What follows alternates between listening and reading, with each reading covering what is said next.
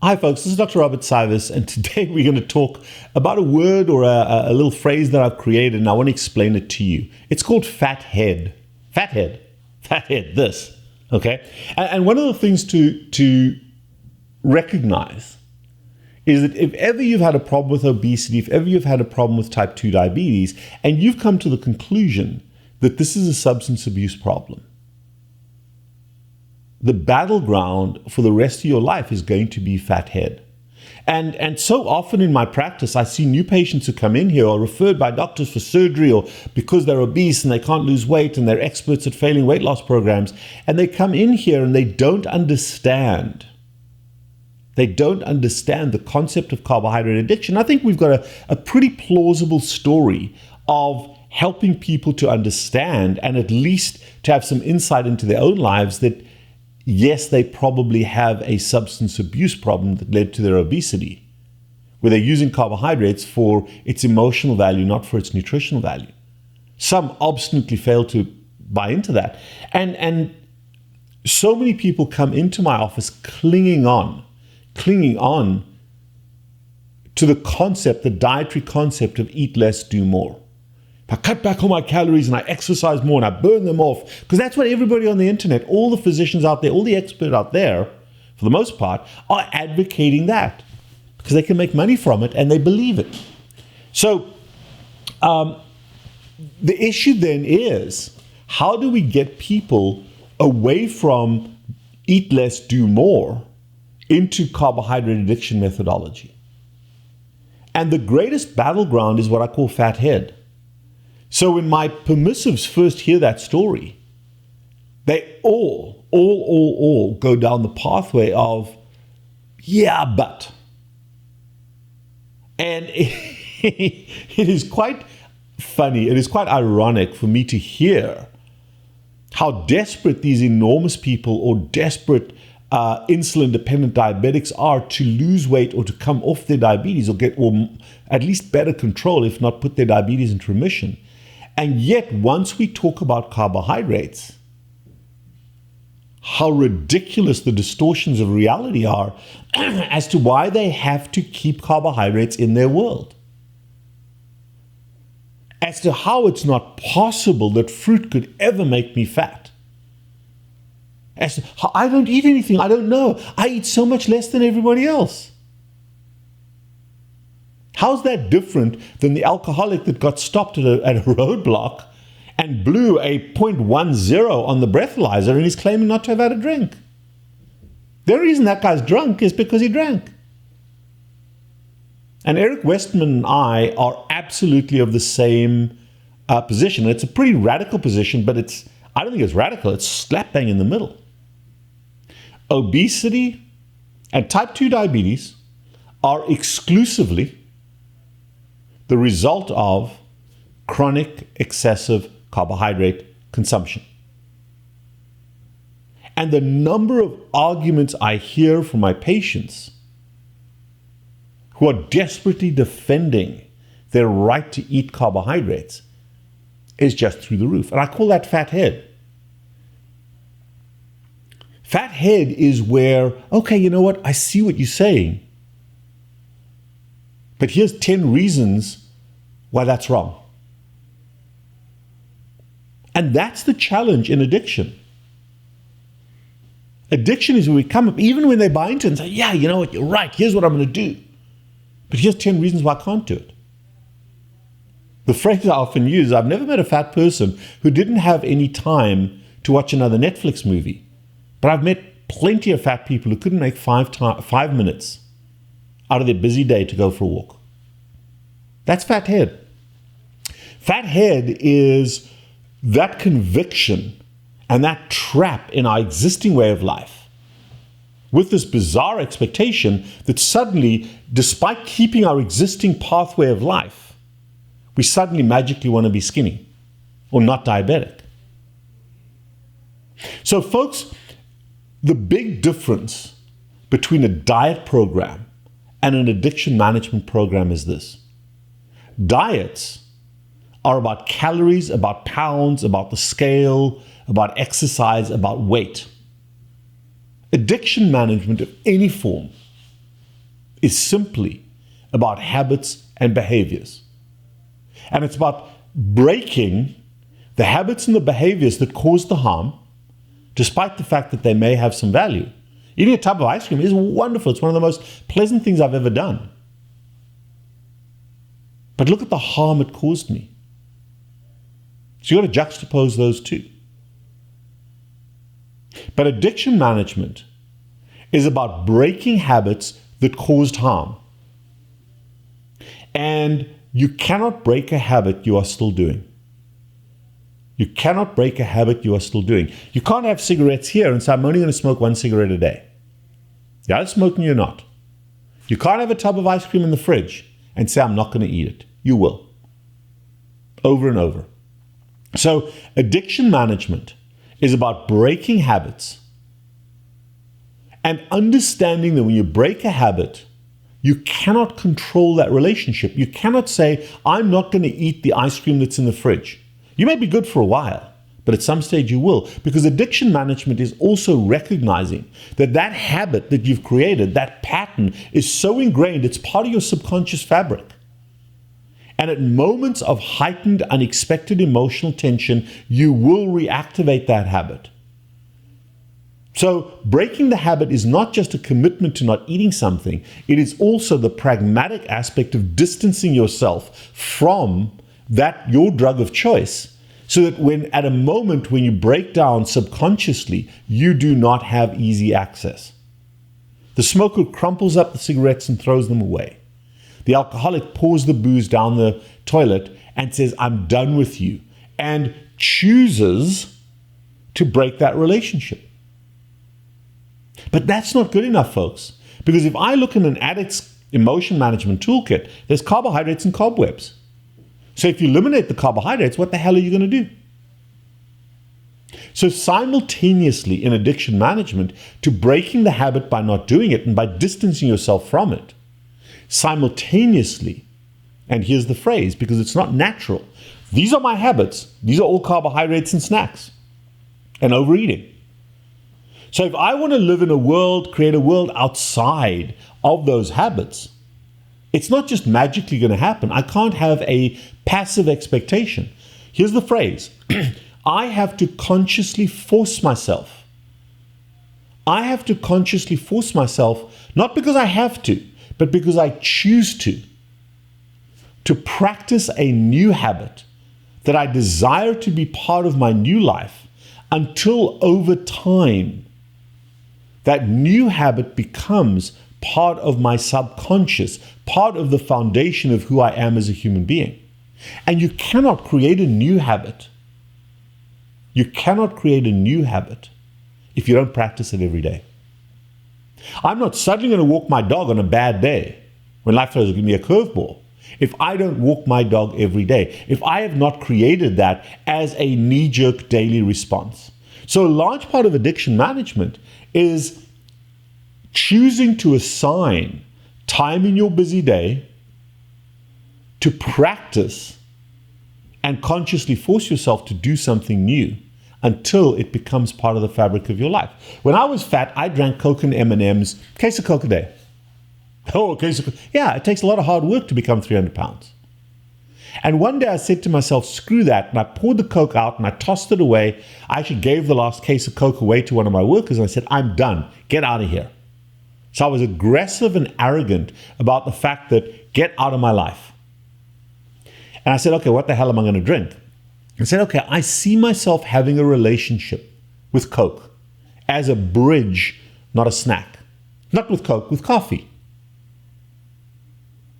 And I was drinking coffee, but I was drinking coffee with 4 spoons of sugar in it. This stuff, this cup of coffee, which is sugar-free, no sugar in it, was the most disgusting thing that I could possibly ever drink when I was drinking a case of Coke a day. The coffee was disgusting, but I knew I wanted that relationship. And this is important to understand. I then consciously forced myself to develop that relationship, to drink that coffee that was so disgusting. And to ritualize that, have a little time when I set up my coffee machine, create a whole ritual around that every evening. So in the evening, I set up my coffee machine with a timer for the next day. I've got my little mugs. I've got my carbaddiction mugs. I've got my a snack is always an emotion management cup. I've sexed it up. I've got my paraphernalia. So I fell in love with that relationship, but the coffee was disgusting. But you know what? If you force yourself to do something that's disgusting, slowly over time, hey, this is not so bad. So after about a week to 10 days, hey, this is not so bad.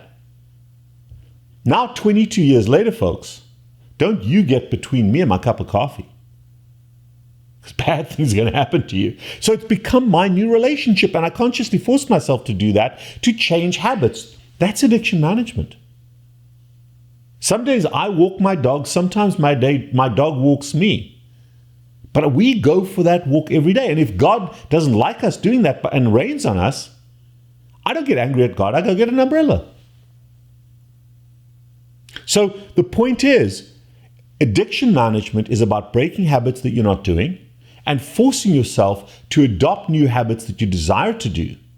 And one of the little stories I tell is, and you can ask yourself this, follow me along and answer the questions as we go. Let's say tonight, you're going to a restaurant and you're really hungry and you arrive at the restaurant and it's closed. What do you do? What do you do? Do you just say, oh dear, the restaurant's closed, and you go home to bed? No, of course not. You're always going to find an alternative. You're going to find another restaurant, you're going to order in, you're going to go home and cook some food, but you will check the box on eating. There's no way on God's earth you're going to bed, restaurant was closed, let's go to bed, we'll eat tomorrow. Doesn't happen. But how many times have you not said, yeah, I'm going to go for my walk every day? And then one day it's raining or it's something's happening, and I'll go for a longer walk tomorrow. And tomorrow never comes.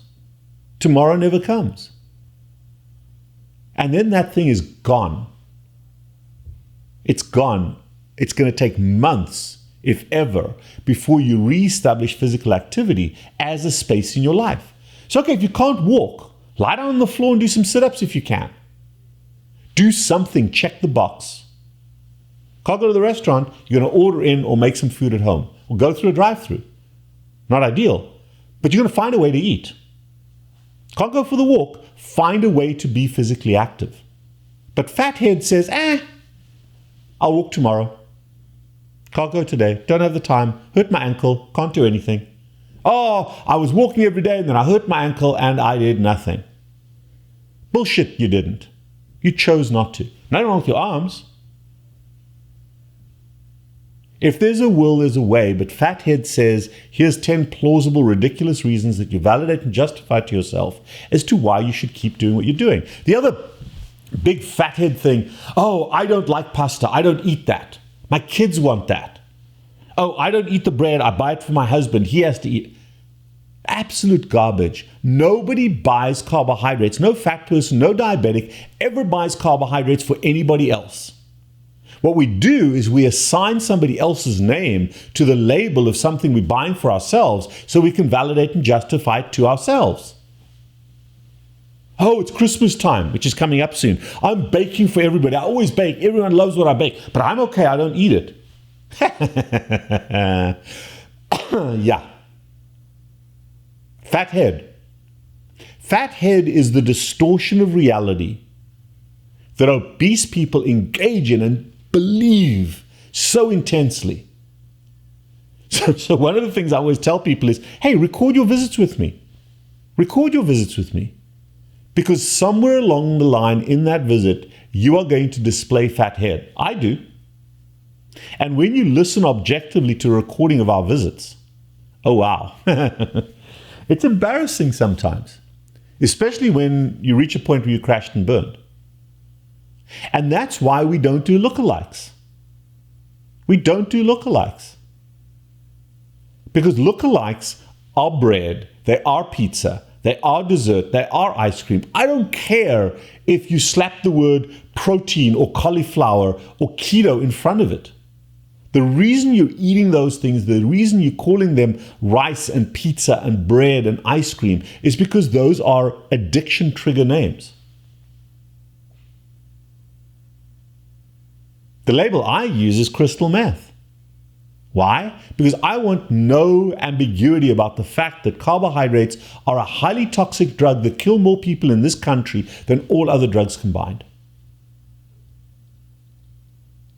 Fathead is a huge challenge in the addiction space. I'm a victim of it, and so is everybody else.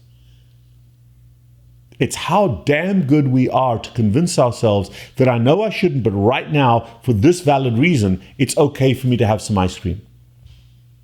And you would agree with me, there's never, ever, ever, ever, ever a valid reason for anybody to smoke a cigarette or for an alcoholic to have a drink. And I will tell you there's never, ever, ever, ever a valid reason for a diabetic or an obese person to eat carbohydrates unless the diabetic is overdosed on insulin, their blood sugar is measurably, not, oh, I'm feeling a bit low, measurably low. There's never a valid reason. So if there isn't a valid reason and you're trying to justify that it's okay for you to do something, that's fathead. That distortion. Oh, it's my birthday. I just had a pinch. I just had a little bit. I just had a taste. Oh, it was a strawberry. It's fine. It's berries. They say I can eat berries. That's just baby fruit. Come on, folks. It's addiction. And it speaks loud and clear. And we call it fathead. I hope this helps you to objectively call yourself out.